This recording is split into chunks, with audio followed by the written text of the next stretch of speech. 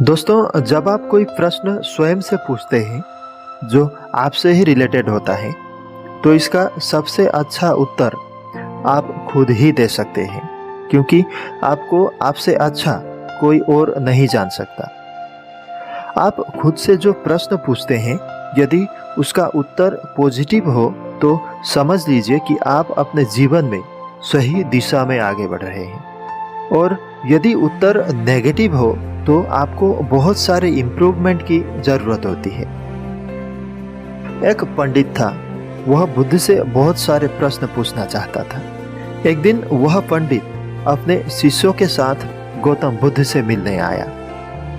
बुद्ध के समक्ष पंडित ने कहा, मुझे आपसे बहुत सारे प्रश्न पूछने हैं, आप अभी मेरे समस्त प्रश्नों के उत्तर दें। बुद्ध ने कहा, मैं तुम्हारे सभी प्रश्नों के उत्तर दूंगा, पर तुम्हें मेरी एक बात माननी होगी। पंडित ने कहा, ठीक है, बताइए आपकी बात। बुद्ध ने कहा, तुम्हें 1 वर्ष तक मौन व्रत धारण करना होगा। उसके बाद तुम जो भी पूछना चाहते हो पूछ सकते हो।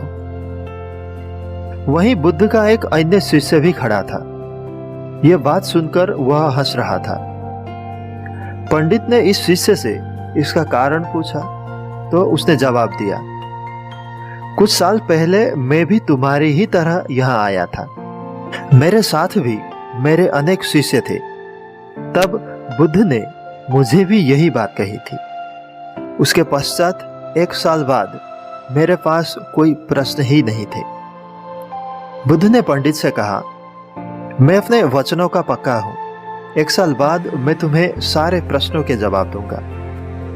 पंडित ने बुद्ध की बात मान ली और मौन व्रत धारण कर लिया। धीरे धीरे वह मौन की वजह से ध्यान में उतरने लगा। उसका मन भी शांत होने लगा। सभी प्रश्न खत्म होने लगे। धीरे धीरे 1 साल व्यतीत हो गया। तब बुद्ध ने उससे कहा, अब तुम अपने प्रश्न मुझसे पूछ सकते हो। यह बात सुनकर उस पंडित ने कहा, हे बुद्ध, 1 साल पहले आपके शिष्य ने यह सत्य कहा था कि 1 साल बाद कोई प्रश्न ही नहीं बचेगा। आज मेरे पास आपसे पूछने के लिए कोई प्रश्न नहीं है।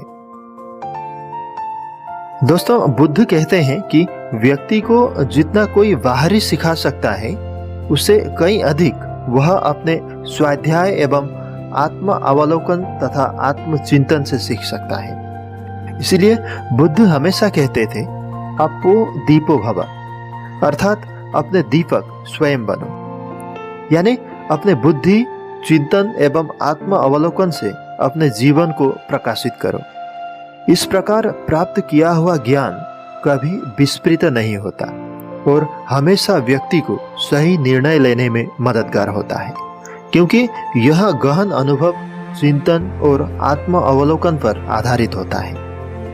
अक्सर यह भी देखा गया है कि जो लोग आत्मचिंतन की प्रवृत्ति के होते हैं, वे अपने अवगुणों को कम कर देते हैं तथा क्रोध व लालच पर काबू पा सकते हैं। स्वयं के भीतर झांकने से हम अपनी बुराइयों व कमजोरियों को पहचान सकते हैं। इसीलिए हमारे जीवन में आत्मचिंतन करना बेहद ही जरूरी है।